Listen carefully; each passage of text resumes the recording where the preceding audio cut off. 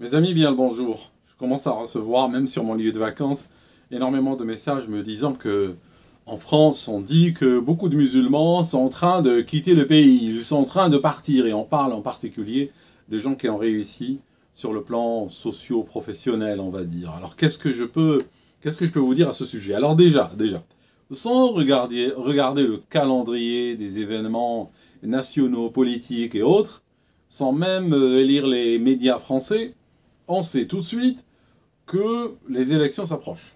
On ne sait pas nécessairement lesquelles, mais il y a des élections qui s'approchent. Parce que, comme on dit en France, un musulman fait le printemps. Enfin, il fait la campagne électorale. Donc, ce qu'on fait là, on va juste prendre cette religion et on la remet sur le devant de la scène. Et ça commence à devenir répétitif. Non pas que je nie le mérite de certaines conversations, mais je déplore leur côté opportuniste. On va juste attendre les élections, en parler, tartiner, puis après on revient à d'autres sujets. Maintenant, ça fait longtemps que je partage avec vous ce numéro de téléphone que tout le monde connaît, ce WhatsApp, où des gens m'envoient des questions, des remarques, des observations, des commentaires, plein de choses. Et effectivement, je suis en contact depuis pas mal de temps maintenant avec plein de gens d'origine musulmane qui sont en train de quitter la France. Mais bon, comment ça se fait? Pourquoi? Qu'est-ce qui se passe? Je vous raconte.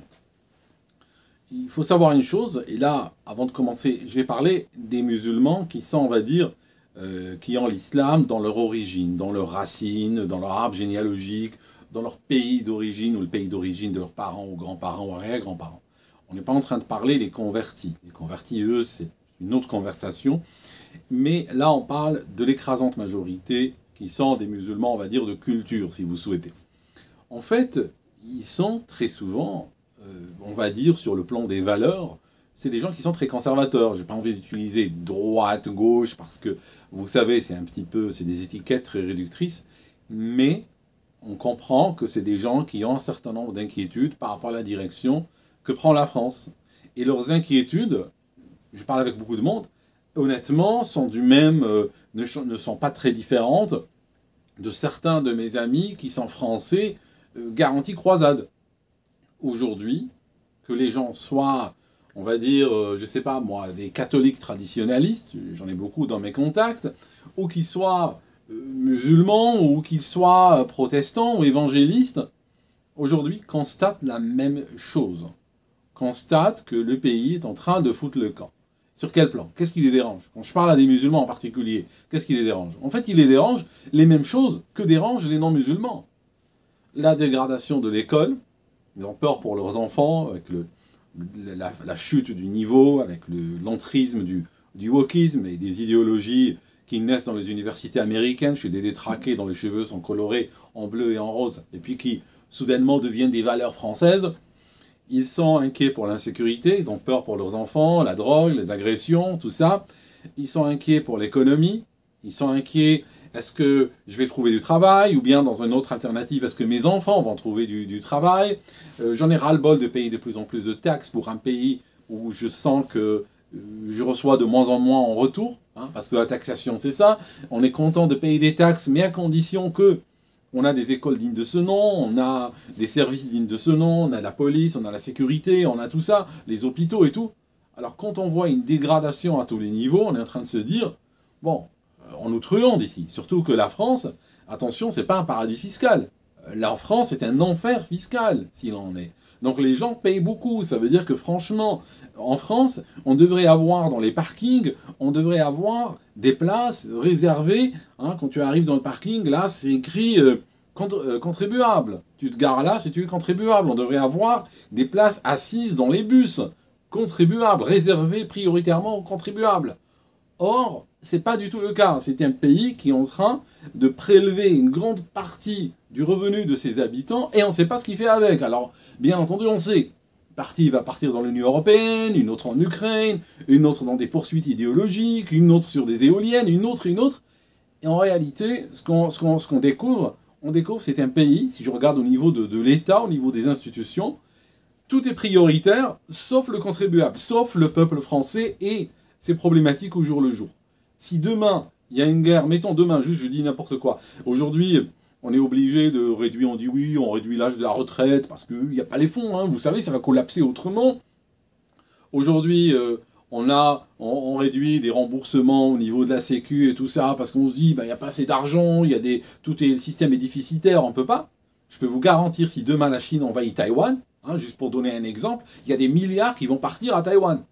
Et là, il n'y aura pas vraiment de problème. Hein. On ne dira pas qu'il n'y a pas de fonds, il n'y a pas d'argent, il n'y a pas de machin. Ah là, il y en aura tout de suite. Donc, ces problématiques dont je vous parle, et je suis sûr que même si vous n'êtes pas musulman, ça vous touche et ça vous a déjà touché. Donc, dans ce cadre, on va se retrouver avec plein de monde, musulmans ou pas encore, qui sont touchés profondément dans leur vie de tous les jours, dans leur chair, à travers leurs enfants, par la dégradation du cadre, ce que j'appellerais le cadre de vie en France.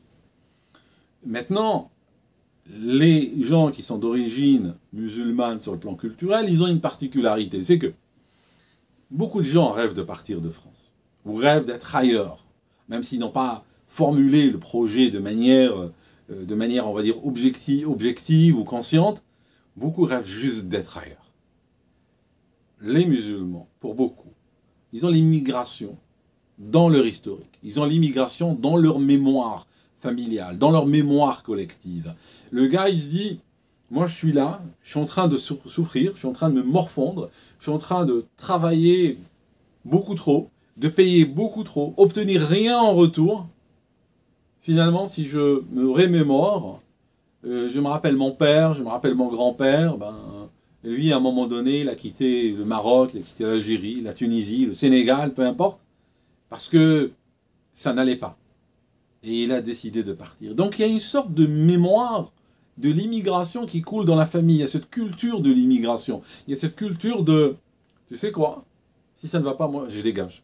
Et en plus de cette culture, de cette mémoire, il y a autre chose. Il y a la facilité, il y a la possibilité. Dans le sens où quand je parle à mon ami Garantie Croisade, comme je vous ai dit, lui, il est français, il a ses ancêtres sur 15 générations qui sont en France, il a une seule nationalité, il parle une langue ou deux ou trois, mais on se comprend, culturellement il n'est que français, alors que quand je parle à des amis musulmans, pour beaucoup, ils ont la possibilité, même si certains ils doivent aller creuser au niveau d'un consulat ou d'une ambassade, d'aller faire un dossier et tout ça, parce que autant certains sont des fois assez liés à leurs origines, d'autres pas du tout, et ils doivent faire ce travail, mais c'est possible. Ça signifie pour eux, ils peuvent se dire, je peux obtenir mon passeport où je l'ai là dans le tiroir, je peux partir, je parle une autre langue, j'ai des ancêtres ailleurs, j'ai de la famille, j'ai des cousins, j'ai 80% de ma famille qui sont enterrés dans tel pays. Est-ce que je n'ai pas... est-ce que je reste là? Est-ce que je n'ai pas tort de continuer à traîner dans ce pays qui est en train de couler? Et que à chaque fois qu'il y a des élections, on parle de ma présence, on me renvoie à mes origines à tout moment. Est-ce que vraiment je vais rester là? Et donc, la réalité, c'est que beaucoup se disent, je pars, je quitte ce pays. Il est en train de sombrer. Voilà un petit peu l'origine de la problématique. Mais ça ne date pas d'hier. Et ça ne touche pas que les Français d'origine musulmane, ça touche tout le monde. Tout le monde a envie de partir. Mais voilà, pour certains, c'est peut-être plus facile de partir que pour d'autres. Voilà mes amis, c'était juste mon commentaire sur cette news. Et je pense que dans les jours qui viennent, ça va prendre encore plus d'amplitude ou d'importance, vu que voilà. Il y a des élections qui arrivent. Je vous montre juste une petite image, là où je suis. Et puis je vous ferai des vidéos plus détaillées. Donc là, je suis sur un navire. Hein, comme vous pouvez voir, je vais peut-être ouvrir. Il y aura beaucoup de vent à partir de là. Je ne sais pas si vous m'entendrez bien.